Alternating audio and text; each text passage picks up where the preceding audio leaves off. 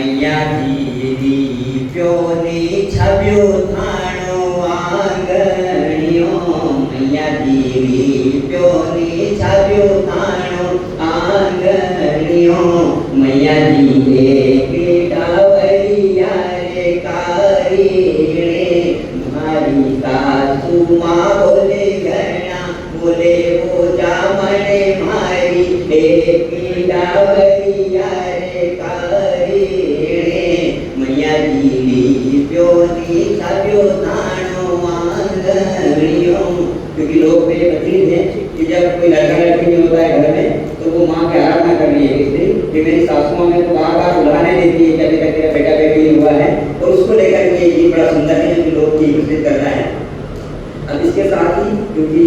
जो एक में गीत एक भजन में बड़ा सुंदरता है क्योंकि अभी आधुनिकता चारों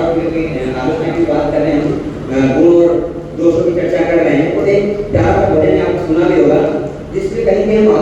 आधुनिकता की ओर भाग रहे हैं हम सब लोग तो कहीं भी अपने को अंदर जो ढकने का प्रयास करने का एक बोल रहा है